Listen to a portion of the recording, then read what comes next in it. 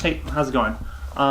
Today's Tuesday, and not this weekend, but next weekend on Sunday is the Diablo Challenge, and I'm really excited because I'm starting to feel less back pain and less knee discomfort, so I was able to do a couple of training rides, and I'm getting ready for that. And as you might expect, a number of my clients that live in the East Bay or the Bay Area generally are planning on also doing that event because it's a fun year-end event. You should check it out if you haven't already checked it. Anyway, one of my clients asked me about when they should, like whether or not they should make it a priority to go out and pre-ride the mountain or to do a hard threshold effort like halfway up or all the way up the climb. And basically they were saying like, oh, they're traveling this weekend. They want to get out of work early next week to ride hard to the junction, and they wanted some guidance about that. So first off, if you live anywhere in the Bay Area or you live in the East Bay, I would definitely encourage you to go pre-ride the mountain at least once or twice in the last 2 or 3 weeks before doing the Diablo Challenge. Or if you're doing any kind of event like that where it's like a time trial or a hill climb,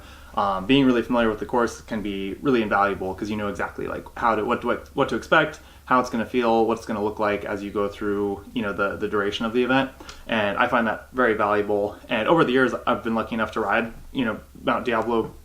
I don't know, probably a couple hundred times over the last decade. And so it's really useful to have a really kind of fine-tuned sense of like how steep it is throughout the climb. And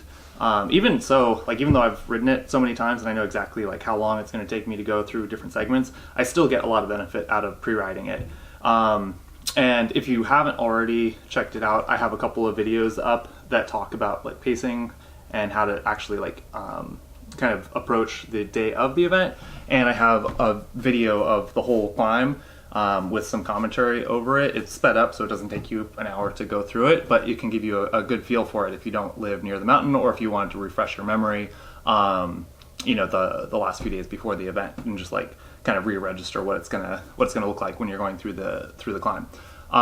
One thing to keep in mind on the day of the Diablo Challenge, unless anything has changed, because I know it has new promoters that are conducting the event, but unless something has changed, you have full road closure on the event, so it's really nice because you don't have to necessarily stay on the right side of the road throughout the climb. So sometimes if there's like switchbacks, it's nice that you can cut through the inside, or at the very least,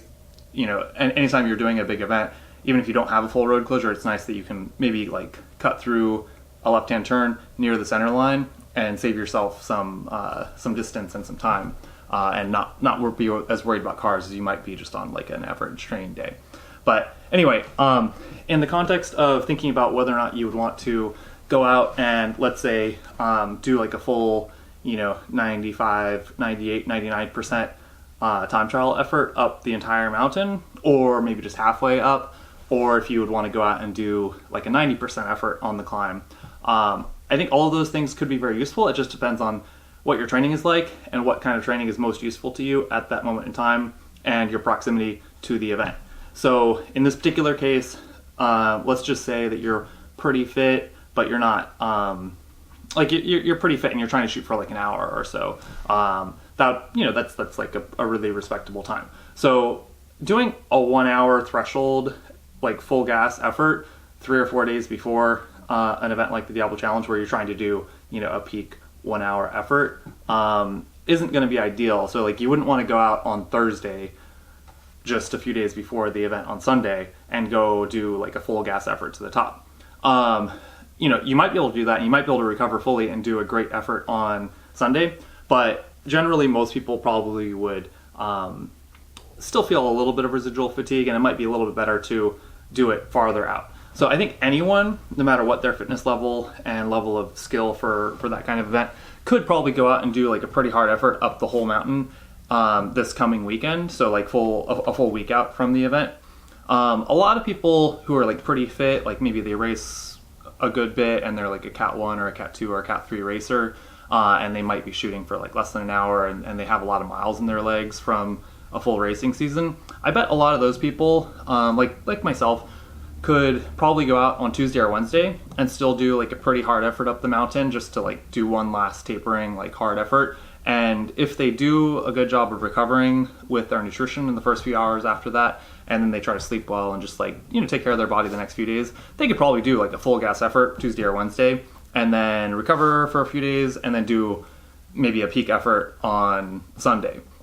Between those two, they would just be doing like pretty easy miles, just some steady endurance, maybe 1 or 2 days totally off perhaps. But a week out, I think anyone could go out and ride, 90, 95% effort this weekend, and then take next week mostly easy, do maybe one tapering workout that's like kind of hard but not full intensity, and then go do the Diablo challenge on Sunday and feel pretty good for it.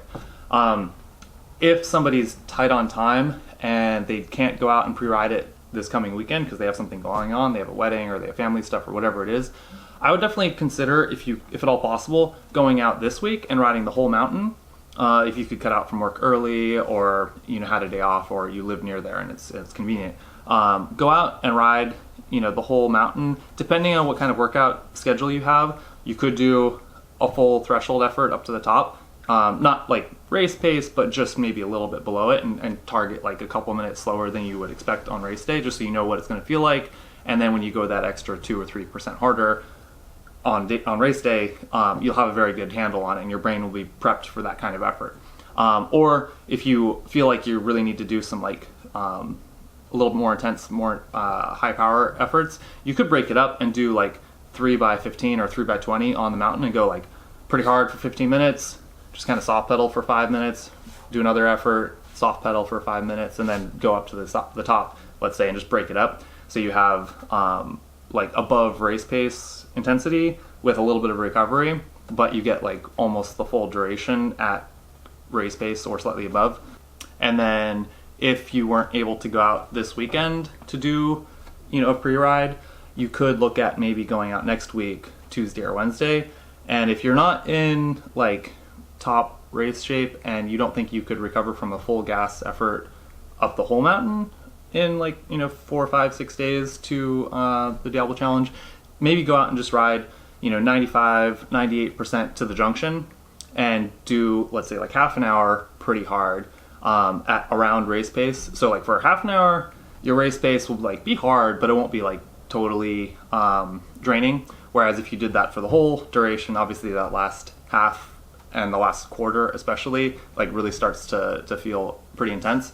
But I would think about doing that, like definitely getting in a full pre-ride of the mountain, even if it's just like 85, 90% effort and it's like kind of hard, but it's not full gas, can be very useful because you can, know what that kind of duration is going to feel like at an elevated intensity. And then definitely getting in at least 1 or 2 sessions in the last 2 weeks that are focused on at or slightly above race pace intensity can be very useful. Anyway, hopefully that's very helpful to you. If you live nearby, go out this weekend, ride the whole mountain, do it, break it up and do some like 15 to 20 minute hard efforts at around race pace with a few minutes recovery, or just ride the whole thing like pretty hard, pretty steady, but back it off a little bit from what you could potentially do if you were really going for it. And either of those types of workouts will give you good familiarity for like what that's going to feel like on race day. And if you don't live near the mountain, check out my video that takes you up the whole climb, so you know what it's going to look like and you have an idea of what it's going to feel like. But yeah, that's it for this video. I'll see you in the next time. Bye.